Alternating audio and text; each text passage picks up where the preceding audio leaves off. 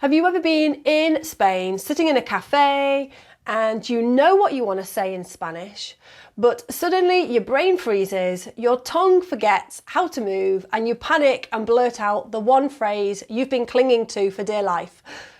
Dos cervezas, por favor. Yeah, been there many, many times.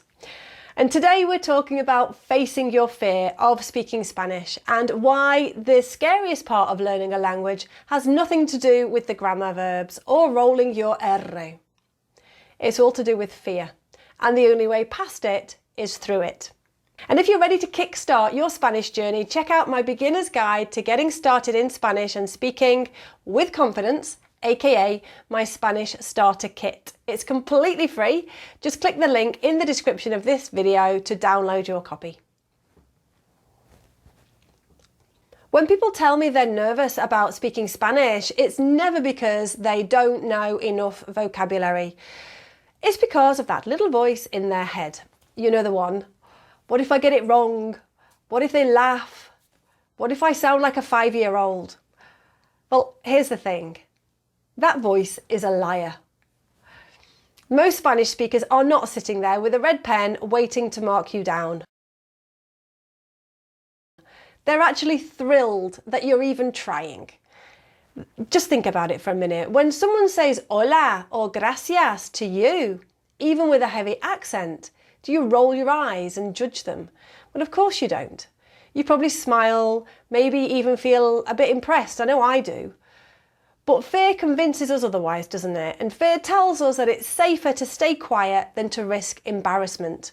And staying quiet means we never practice, which means we stay stuck. It's a sneaky little cycle, isn't it? Let me give you a quick example from my own life. So when I first stepped off the plane in Venezuela many, many moons ago, everyone was saying gracias instead of the gracias pronunciation that I'd learnt at school. And it totally freaked me out.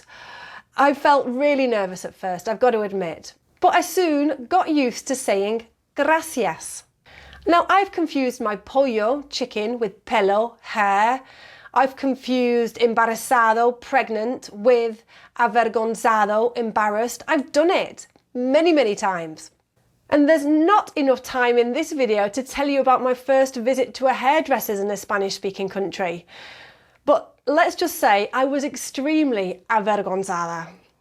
Ordering a plate of hair, please, did not go as planned, especially as I walked out of the hairdresser's with green hair. But here's the magic bit. Instead of being horrified, well, I have to admit, I was horrified in the beginning. It's now turned into a funny story that I can share with students.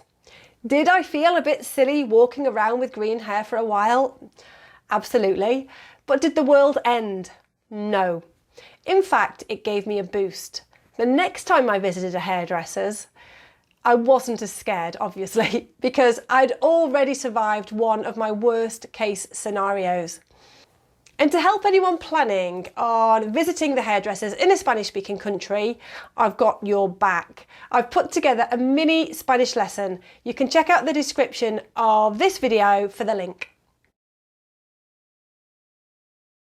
Okay, so here's the unglamorous truth. You can't think your way out of this fear. You just can't. And you can't wait until you feel ready either.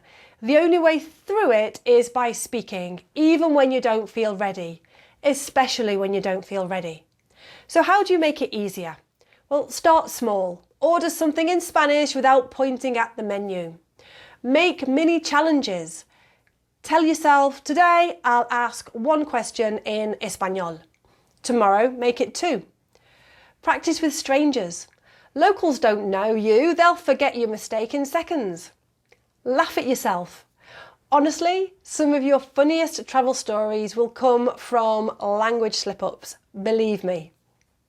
The more you speak, the more your brain realises, oh, the world didn't end when I said the wrong verb. And little by little, your fear starts to shrink while your confidence grows. And here's the beautiful part. Once you break through that fear, a whole world opens up. Suddenly, you're not just ordering food, you're chatting with the waiter about his grandmother's recipe. You're not just buying a bus ticket, you're asking the driver about the best local beach. You're not just getting your hair done, you're answering questions about where you're from and what you do. Speaking Spanish turns travel from sightseeing into belonging, and that's worth every awkward mistake along the way. So what's scarier?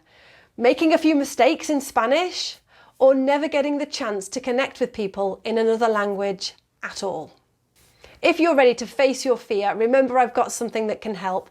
My free Spanish starter kit gives you easy, practical phrases you can actually use straight away.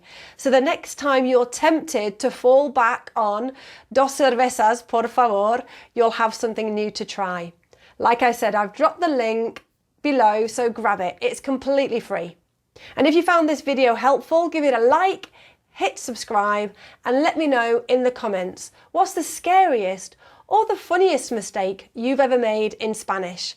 Because remember, those little spooky moments are actually the best stepping stones on your language journey. Hasta la próxima. Adios.